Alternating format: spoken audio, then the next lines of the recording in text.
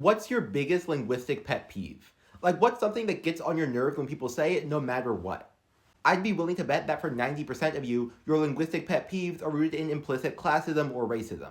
I'm not saying this to guilt you. I'm saying this because A, it's true, and B, because I think it's important that we understand how we've been conditioned to think about language.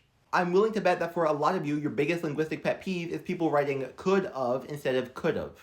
But contrary to popular belief, could of in place of could have has existed in writing for over 200 years. It's not a modern invention brought about by iPhones and spell check. So why do people hate it so much? Well, the most common use of could of in place of could have isn't in letters like these. It's in books, in dialogue.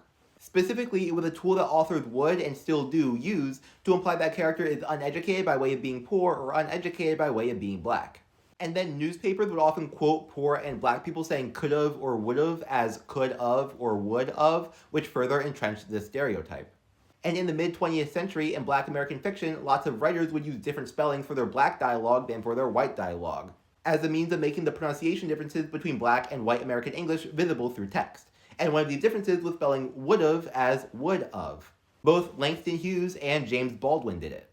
This further developed the stereotype that would of or could of was a black thing and thus incorrect.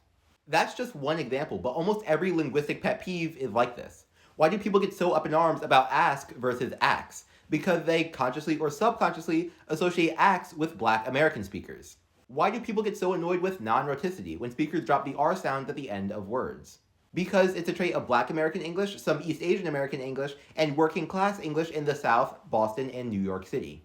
Double negatives get so much flack because we perceive them to be traits of black speech. TH stopping, turning a TH in a word like this into a D like this, gets so much flack because it's a trait of black American and Latino American English. I could go on and on for days, but you get my point. Whether you realize it or not, these implicit race and class associations impact how we think about accents, and in turn, how we think about the people who speak them. But the truth is, there really is no such thing as incorrect English, just misunderstood English.